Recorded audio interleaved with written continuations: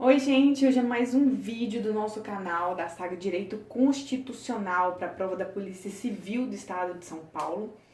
E a gente vai trabalhar hoje a penúltima parte do artigo 5º da Constituição Federal.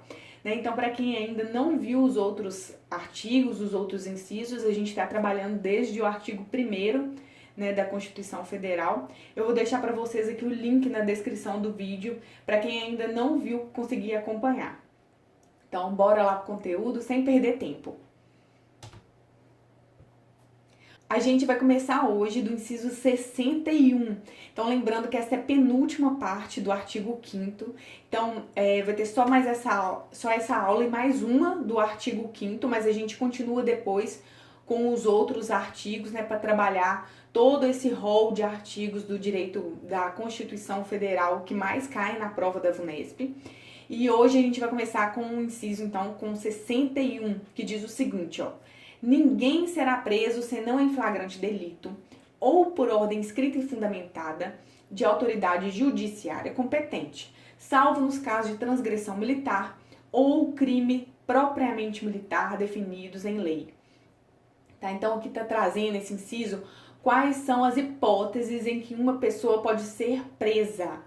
Lembrando que a regra é sempre a liberdade, Mas aqui no caso da prisão, a regra, quando uma pessoa pode ser presa, a regra é que ela seja presa por flagrante delito ou por ordem escrita e fundamentada de autoridade judiciária competente. O que é essa ordem escrita e fundamentada de autoridade judiciária competente? É o mandado de prisão, tá bom? Então, a ordem escrita e fundamentada da autoridade judiciária. Aqui eu vou trazer a atenção de vocês também, porque tá falando autoridade judiciária. Quem expede o mandado de prisão é o juiz, é o poder judiciário, tá certo?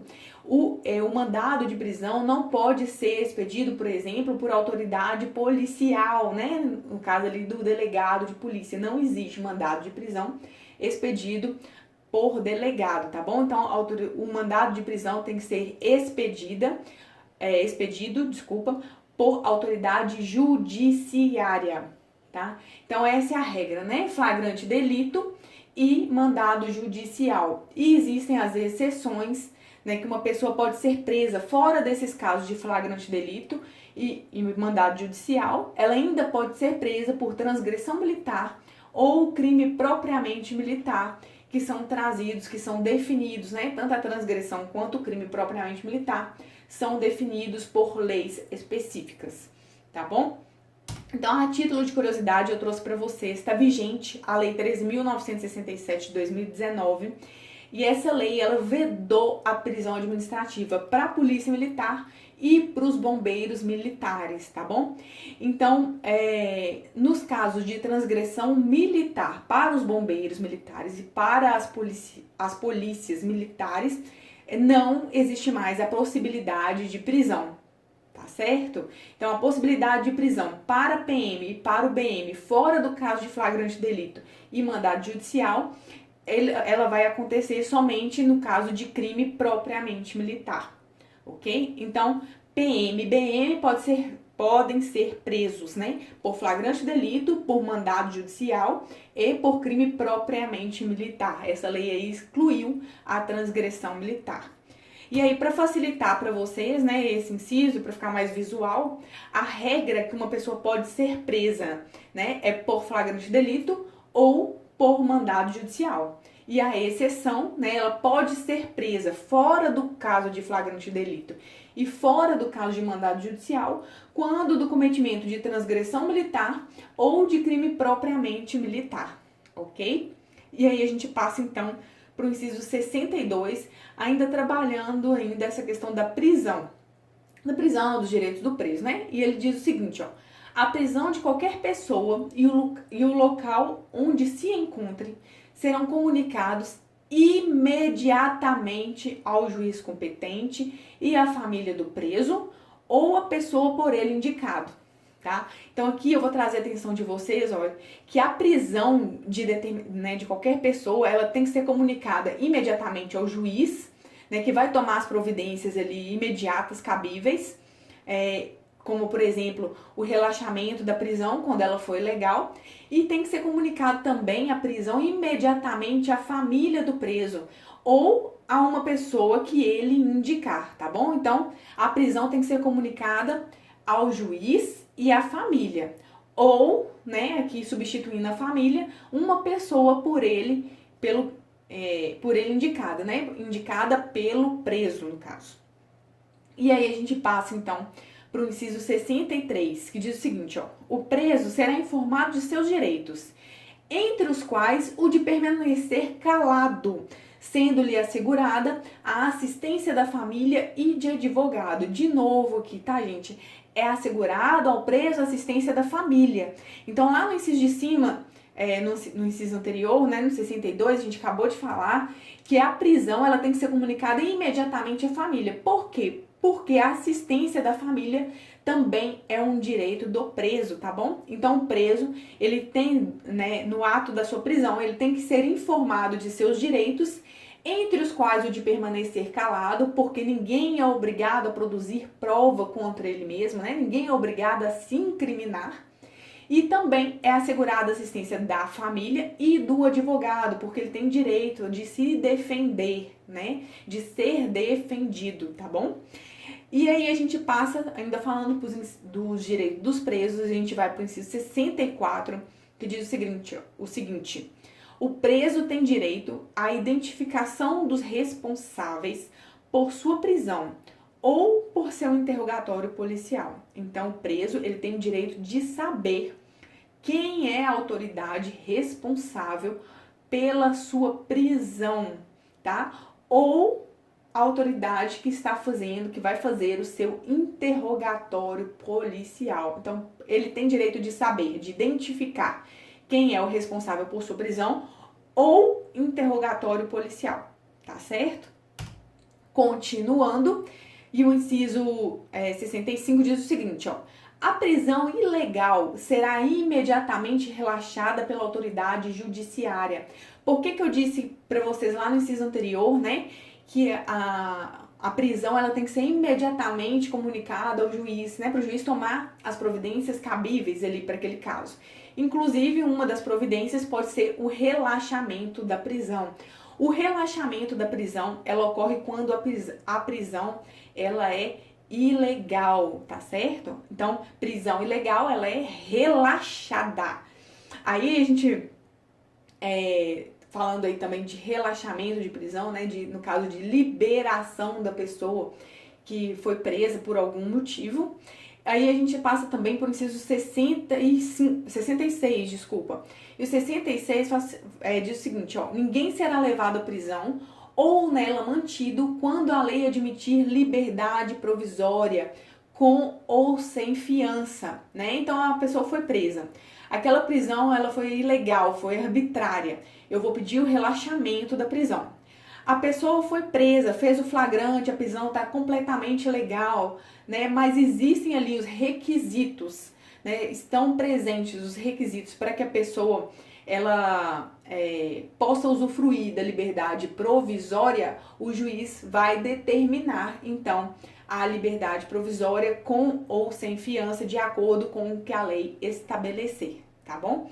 Aí a gente passa para o próximo inciso, o inciso 67. O inciso 67 trata da prisão civil. Até agora a gente tratou aqui da prisão pelo cometimento de uma infração penal, né? Aqui no inciso 67 não tem cometimento de infração penal, é a prisão civil por dívida. Então a regra é, né, que não haverá prisão civil por dívida, mas como toda regra, né, ou quer dizer, a maioria das regras, existe uma exceção, né? Então o inciso 67 ele vai dizer o seguinte, ó: não haverá prisão civil por dívida, salvo a do responsável pelo inadimplemento voluntário e inexcusável de obrigação alimentícia e a do depositário infiel. Então, regra, não tem prisão por dívida no Brasil. A exceção, né, pode sim haver a prisão por dívida no caso de inadimplemento de obrigação alimentícia, né, a pessoa deixou de pagar a pensão alimentícia, e no caso do depositário infiel. Aí lembrando, né, que existe a súmula vinculante número 25 do STF, que eu trouxe aqui para vocês, ela diz o seguinte, olha: é ilícita a prisão civil de depositário infiel, qualquer que seja a modalidade de depósito. Então, o que essa súmula ela fez? Apesar desse inciso do 67, ele ainda estar vigente, ele ainda está valendo, tá? A súmula vinculante 25, ela impossibilitou que as leis infraconstitucionais, né, que as leis que tratavam da prisão pelo depositário infiel, que elas se tornassem efetivas. Então, a prisão pelo depositário infiel, ela não existe mais, tá? A prisão civil por dívida de depositário infiel, ela não existe mais. Então, a única exceção que é admitida atualmente no ordenamento jurídico brasileiro é a prisão por inadimplemento de obrigação alimentícia, ok? Então, a gente passa agora para a melhor parte da aula, que é a de fazer exercícios, né? Então, eu trouxe aqui para vocês uma questão da Polícia Civil, de Delegado de Polícia, de 2014, e ela diz o seguinte, ó: quanto às garantias constitucionais e à privação da liberdade, assinale a alternativa correta. Então, a primeira alternativa ali, ó, a alternativa A, ela vai tratar do habeas corpus. A gente vai ignorar ela por enquanto, porque a gente ainda não viu esse tema, né? Vai ser o tema assunto da próxima aula, mas vocês vão ver que é possível sim conseguir resolver essa questão só com o que a gente já aprendeu até agora. Então vamos lá para a hipótese B, né? A gente quer a alternativa correta. Então a hipótese B: o preso será informado de seus direitos, dentre os quais o de permanecer calado, sendo-lhe assegurada a remoção para o estabelecimento perto de sua família. Então, o que é o direito do preso, né? O direito dele é direito à assistência da família, né? Não de ser removido para estabelecimento perto de sua família. Essa questão aqui, ela está errada, né? Essa alternativa está errada. Vamos analisar a alternativa C. O preso tem direito à identificação dos responsáveis por sua prisão ou por seu interrogatório policial, exceto nos crimes inafiançáveis. Não tem exceção, né, gente? Ele tem sempre, em qualquer tipo de crime cometido, ele tem o direito à identificação dos responsáveis por sua prisão e por seu interrogatório policial. Então, a alternativa C também está equivocada. Aí a gente vai para a alternativa D. A prisão de qualquer pessoa e o local onde se encontre serão comunicados no primeiro dia útil ao juiz competente e à família do preso ou a pessoa por ele indicado. Essa alternativa aqui, ela trouxe de maneira correta, né, as pessoas a quem devem ser comunicados, né, que é o juiz e a família do preso ou alguém por ele indicado, né, substituindo ali a família. Mas essa questão está errada porque ele diz que será comunicado no primeiro dia útil ao juiz. Não é no primeiro dia útil, será comunicado imediatamente, né, ao juiz. Tanto é que existe juiz de plantão. Então, a prisão de qualquer pessoa e local onde se encontre serão comunicados imediatamente ao juiz competente, né? Então, a alternativa D também está equivocada. A alternativa E: ninguém será levado à prisão ou nela mantido quando a lei admitir liberdade provisória com ou sem fiança. Então, o que está dizendo essa alternativa aqui? Está dizendo que a pessoa foi presa, né? Não existe ali nenhuma arbitrariedade, né? A prisão, ela é totalmente legal, né? O flagrante, nesse caso aqui, ele vai ser ratificado, ele foi ratificado. E aí, só que existem os requisitos ali para a liberdade provisória, né? Então, a pessoa, ela tem que ser, sim, liberada, deve ser, sim, concedida a liberdade provisória, tá certo? Com ou sem fiança, de acordo com o que a lei estipular. Então, essa alternativa está correta, é a literalidade da Constituição Federal, tá bom? Alternativa correta, alternativa E. Então, vamos para mais uma questão. Essa questão aqui é de 2013, de escrivão de polícia, e ela diz o seguinte, olha: analise as seguintes afirmativas e classifique cada uma como falsa ou verdadeira. Então, vamos analisar cada uma, né? A primeira alternativa ali, ó: a prisão de qualquer pessoa e o local onde se encontre serão comunicados imediatamente ao juiz competente e à família do preso ou a pessoa por ele indicado. Estava até na questão anterior, vocês estão vendo que repete, né? Muitas das questões da VUNESP, né, para direito constitucional, elas repetem, tá? Então, vamos lá. Nesse caso aqui, a prisão civil de qualquer pessoa, a prisão de qualquer pessoa e o local onde se encontra serão comunicados imediatamente ao juiz competente e à família do preso. Essa alternativa é verdadeira, tá corretíssima, ok? E aí, a segunda alternativa tá falando do mandado de segurança. A gente vai pular essa alternativa também, porque a gente ainda não viu, né? Vai ser tema, assunto da próxima aula, como eu disse pra vocês, né? O habeas corpus, mandado de segurança, mandado de injunção, tema da próxima aula, ok? Então, vamos lá para a terceira alternativa ali, a terceira hipótese. O preso tem direito à identificação dos responsáveis por sua prisão ou por seu interrogatório. Também literalidade da lei, tá certinha, né? A questão é verdadeira.